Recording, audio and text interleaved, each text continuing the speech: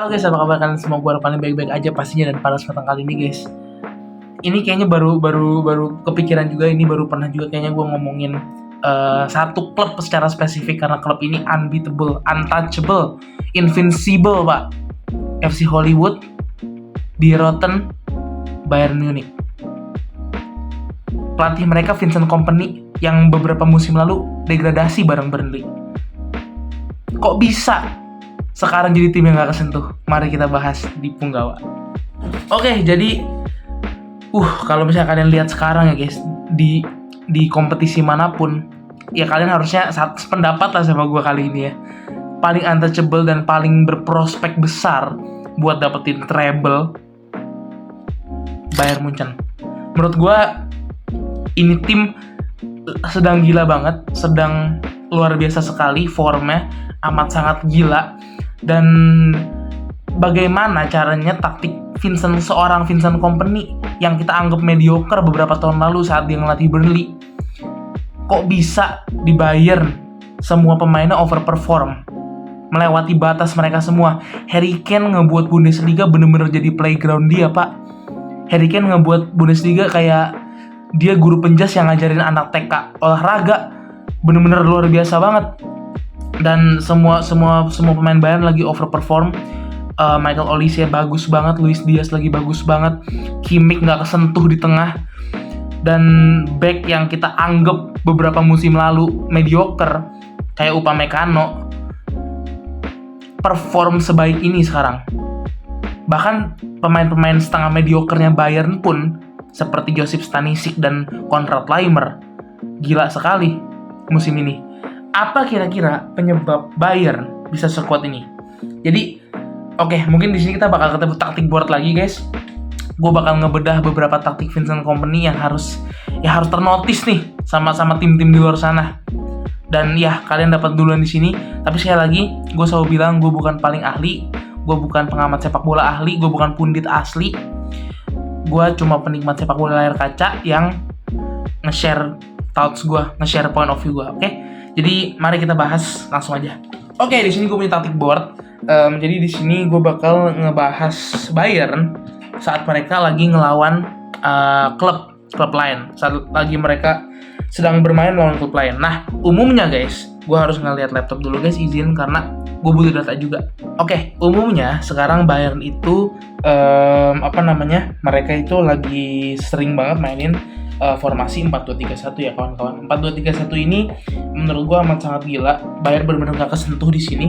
Mungkin di sini gue bakal utarain dulu 4-2-3-1. Oke, anggap aja ini lawannya pakai 4-3-3 ya. Ini Bayern 4-2-3-1. Jadi gimana? Kok bisa Bayern itu nggak kesentuh sama sekali? Yang pertama, kita harus tahu dulu, kita harus standarin dulu pengetahuan kita kalau misalnya memang kualitas Bayern di atas rata-rata Bundesliga. Itu yang pertama. Jadi kalau di Liga kalian ngeliat Bayern masih untouchable, itu sangat wajar.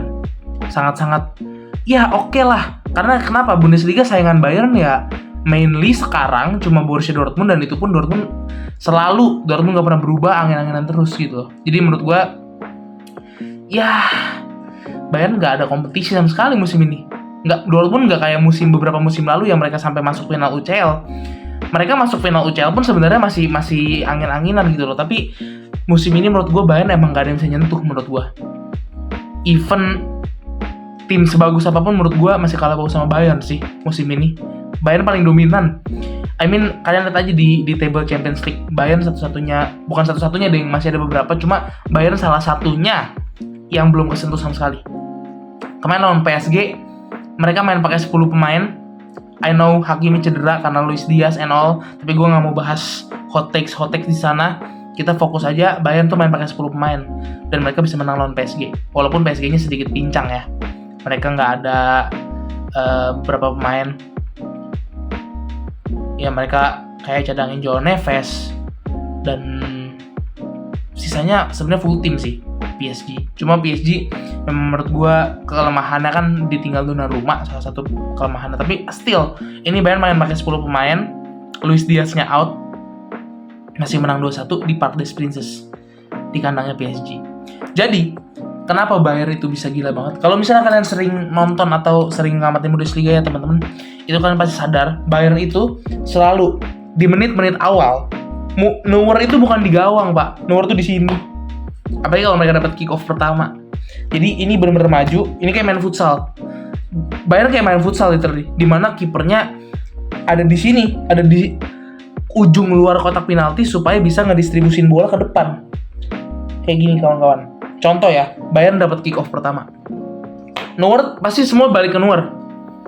Kalau misalnya kalian notice, pasti di detik-detik awal itu kalau nggak langsung serangan progresif ya bolanya balik ke Neuer. Dan mereka ini yang lebih gilanya. Bayern kan, mungkin gue bakal ngejelasin pemainnya dulu ya. Jadi di kiri ini ada Josip Stanisic. Ini pemainnya left back-nya Bayern. Karena Alphonso Davies masih cedera kan. Jadi Stanisic yang lebih sering main. Di sini ada Konrad Laimer. Di sini ada Jonathan Tah, Upamecano. Di sini Pavlovic, Kimmich. Ini kadang Pavlovic kadang bisa diisi juga sama Goretzka. Bisa diisi juga sama Guerrero. Ya, cukup banyak pilihan Bayern di CDM sebenarnya. Even sebenarnya Konrad Laimer pun kan aslinya awalnya banget kan CDM kan. Jadi Konrad Laimer tuh sering switching sama Kimmich. Karena kenapa? Ini jeniusnya Bayern. Mereka naruh Kimmich di sisi kanan bareng sama Konrad Laimer supaya apa? Mereka bisa switch. Karena kenapa? Kimmich juga kan right back sebenarnya. Jadi mereka switching posisi tuh enak banget, nyaman sekali. Konrad Laimer biasa main di right back, biasa main di CDM. Kimmich-nya juga biasa main di CDM, bisa main di RB. Jadi ya gitulah. Enak lah pokoknya switching posisi, semua ngerti role-nya masing-masing. Nggak ada yang porsinya lebih besar, karena ya switching posisi itu kan sebenarnya role kalian aja yang berubah gitu kan. Dan mereka tuh tipe pemain yang sama kan, Konrad Laimer sama Kimmich itu. Ya mereka bener-bener yang badak, kalau ngontrol bola tenang banget. Even menurut gue guys, sebenarnya Konrad Laimer atau Kimmich saat mereka jadi right back, mereka nggak berkontribusi pun nggak ada masalah. Karena kenapa? Bayern tuh nyerang pakai 6 pemain. Oke, Bayern tuh kalau misalnya lagi transisi ya, kalau kalian liatin gitu ya pertandingannya, mereka main pakai formasi 2-2-6. 2-2-6 itu di sini ninggalin 2 back, ada Neuer di sini. 2 back di sini. Dan duanya itu ngontrol tengah. Itu bisa Kimmich, Goretzka. Biasanya kalau mau high intensity attacking kayak gini 2-2-6 gini, Bayern umumnya nggak mainin Pavlovic, tapi mereka mainin Goretzka. Karena kenapa? Goretzka tuh passing progresifnya lebih bagus daripada Pavlovic. Uniknya Pavlovic sama company disihir kadang menjadi cam, kadang menjadi striker buat nahan bola di depan. Saat pemain lawan nggak punya pilihan, ya mereka bakal nge-tackle siapapun yang ada di depan. Tapi Pavlovic ini, kalian tahu sendiri Pak, Pavlovic kan badannya tinggi gede gitu kan. Dia nge-hold bola buat narik satu pemain supaya Harry Kane, ini Pak yang menarik, Harry Kane di era Vincent Kompany nggak jadi striker murni, dia jadi center mid, dia jadi cam, dia turun lebih ke bawah.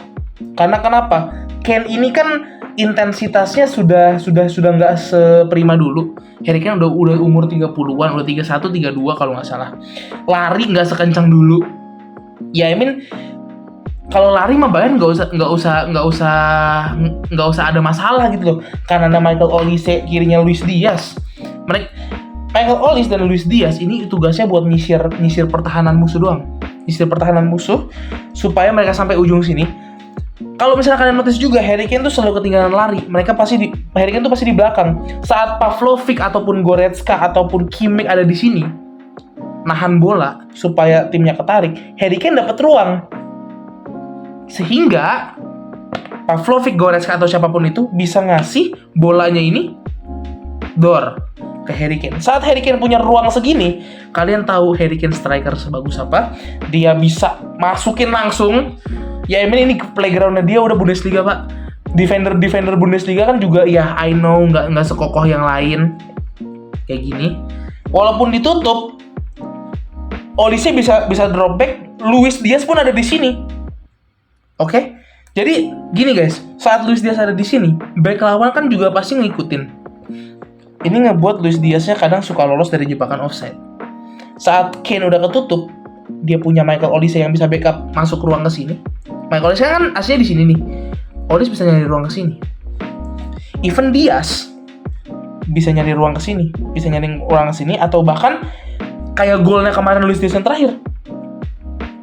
Kasih ke sini Luis Diaz ya work the ball aja udah. Tinggal one on one sama kiper. Even kemarin Luis Diaz nyetak gol dari angle ini. I mean kualitas Luis Diaz kalian tahu. Luis Diaz tuh pemain yang nggak maruk lah tanda kutip. Luis Diaz tuh ya winger yang cukup dermawan lah bisa gue bilang. Dan saat kayak gini, ibarat kata mereka hilang bola di sepertiga akhir pun mereka ke counter. Di sini masih ada Kimmich, Upamecano, sama Jonathan Tah ataupun Kim Min Jae yang siap buat ambil bola lagi, passing lagi ke sini, udah. Jadi kalau misalnya kalian lihat kenapa Bayern itu bisa sedominan ini, karena memang mindset Bayern adalah sebagai dominannya. Mereka nggak mau jadi tim yang pasif. Mereka sangat aktif. Kompany menurut gue nggak tahu Kompany punya sihir apa, tapi yang pasti this is something special gitu menurut gue. Dan Kompany nggak bisa nunjukin itu di Burnley. Karena kenapa? Kualitas pemain di Burnley nggak seperti kualitas pemain di Bayern. Dan menurut gue faktornya di situ. Jadi apa faktor yang bisa nyebabin Bayern sekuat ini sekarang? Yang pertama, itu perubahan role, dan juga menurut gue pribadi, pemain-pemain Bayern itu Bayern itu suatu klub, sebuah klub yang menurut gue pemain-pemainnya paling banyak yang multi role. If you know what I mean. Ya, I mean sekarang Harry Kane udah nggak jadi striker doang, dia bisa di camp. Terus Konrad Laimer yang tadi gue bilang bisa tukar-tukaran sama Joshua Kimmich. Siapa lagi? Michael Olise yang bisa jadi cam tiba-tiba, yang bisa jadi center mid tiba-tiba, yang kadang-kadang tiba-tiba switch sama Luis Diaz. Jadi menurut gue itulah salah satu kekuatan Bayern sekarang. Squad depth-nya lumayan tebal, apalagi kalian tahu segini Musiala belum ada pak. Musiala belum ada buat main di camp. Gue nggak tahu kalau misalnya Musiala kelar cedera sembuh, semoga amin banget Musiala masih dalam top performanya. Gue nggak tahu Bayern mau juarain berapa trofi lagi.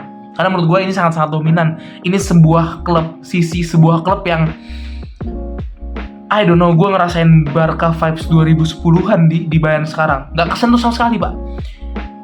Pemain muda mereka pun bagus-bagus. Tom Bischoff, siapa lagi pemain muda mereka? Jonas Jurbic itu menurut gue regenerasi newer yang cukup bagus. Dan ada satu pemain Bayern masih muda banget, kalau nggak salah namanya Lennart Karl, pakai nomor 42, mainnya sama kayak Musiala. Gue nggak tahu gimana caranya Musiala belum pensiun tiba-tiba udah dari Jena gitu, gila banget. Dan menurut gue ini amat sangat menarik, karena kenapa Bayern menurut gue amat sangat menarik buat tonton, amat sangat menarik buat diperhatikan, amat sangat menarik buat dipantau lah Bayern ini. Karena menurut gue taktik Kompany ini jenius, dia sangat berani karena dia tahu dia dominan. Dan Kompany ya agak terbukti juga, berarti kan Kompany belum tentu bisa ngurusin klub yang kurang dalam kualitas gitu. Tapi menurut gue selama dia bisa ngebuktiin ini di Bayern, job dia sangat aman, dan menurut gue Bayern sangat aman. Kita bakal lihat ke depannya gimana. Kompany learn from the best, dia belajar dari Pep Guardiola, dia udah lama di City.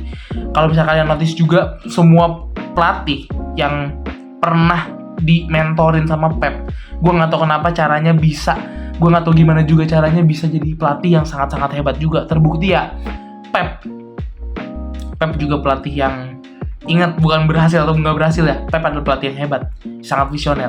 Jadi menurut gue kita bisa lihat Bayern ke depannya bakal kayak gimana. Menurut gue taktik Bayern musim ini amat sangat menarik, karena menurut gue ini ngebawa perbedaan gitu loh.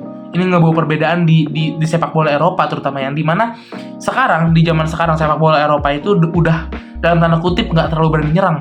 Sementara Bayern sangat agresif dengan penyerangannya, dengan formasi transisi 2-2-6 itu yang menurut gue sedikit nggak masuk akal buat gue pribadi yang sering nonton La Liga. Karena kalian tahu sendiri La Liga permainannya ya statis, kurang dinamis. Beberapa permainan La Liga yang gue enjoy ya paling Madrid, of course karena gue fans Madrid, Barcelona, Villarreal gue cukup enjoy. Tapi sisanya gue nggak bisa enjoy. Karena kenapa ya? Karena rata-rata mereka bertahan gitu loh. Dan Bayern, ngelihat Bayern sekarang, gue nggak tahu sih Bayern bisa nge-smash berapa banyak klub lagi, berapa banyak sekali klub yang udah dihancurin sama Bayern musim ini. Kita bakal lihat apakah Bayern bisa memenuhi ekspektasi para penggemar sepak bola bahwa mereka akan menjadi tim yang paling dominan musim ini di Eropa. Kita lihat Dan gue Regen signing out from Punggawa. Thank you guys. Kita ketemu di konten berikutnya. Bye-bye.